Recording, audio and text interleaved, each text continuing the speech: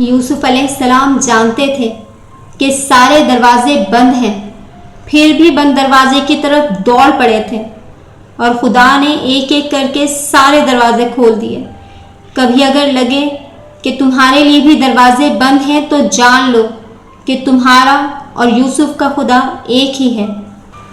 پتہ ہے کہ ام الیقین کیا ہے؟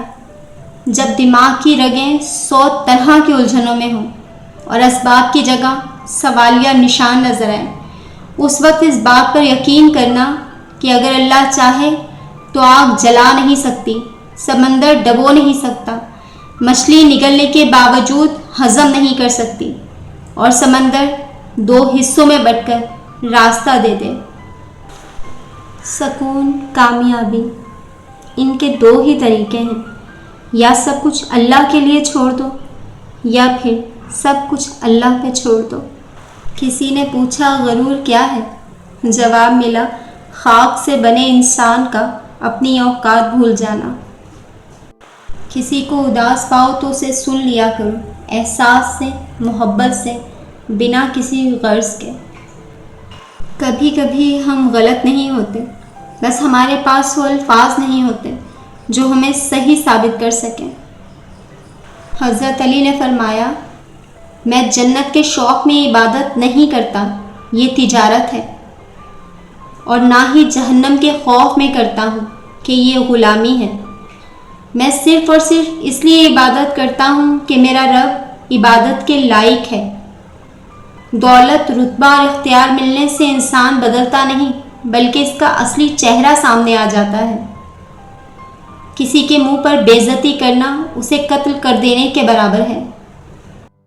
حدیث نبوی صلی اللہ علیہ وآلہ وسلم ہے کہ جس شخص کو یہ پسند ہو کہ اللہ اسے روز قیامت کی تکلیفوں سے نجات دے دے تو وہ تنگ دست کو مہلت دے یا اسے قرض معاف کر دے۔ حضرت علی نے فرمایا، محبت کی پہلی شرط عزت ہے۔ جو شخص عزت نہیں دے سکتا وہ تمہیں محبت بھی نہیں دے سکتا۔ جب کوئی اچھا لگتا ہے تو اس کا برا بھی اچھا ہی لگتا ہے۔ محبت اندھی نہیں ہوتی، فراخ دل ہوتی ہے، عیب دیکھتی ہے مگر نظر انداز کر دیتی ہے۔ تکلیف ہونے پر جو بندہ سب سے پہلے یاد آئے وہ زندگی کا سب سے قیمتی انسان ہوتا ہے۔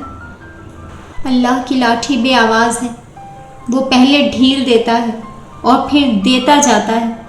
وہ جب رسی کو کھینچتا ہے نا تو انسان منہ کے بل آ کر گرتا ہے، اور پھر کائنات کی کوئی شے اسے نہیں اٹھا سکتی۔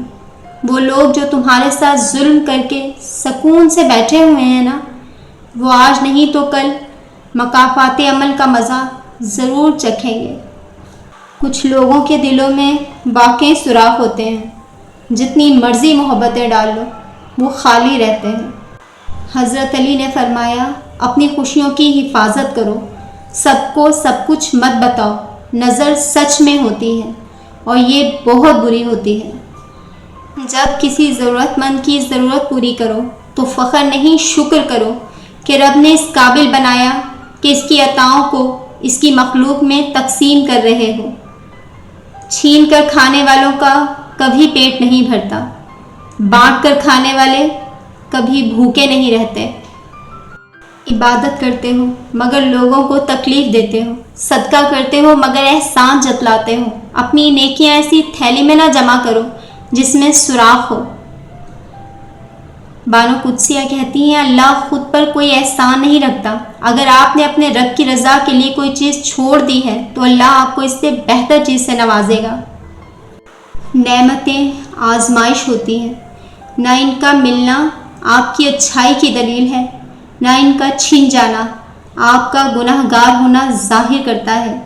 یہ تو صبر اور شکر کے امتحان ہیں۔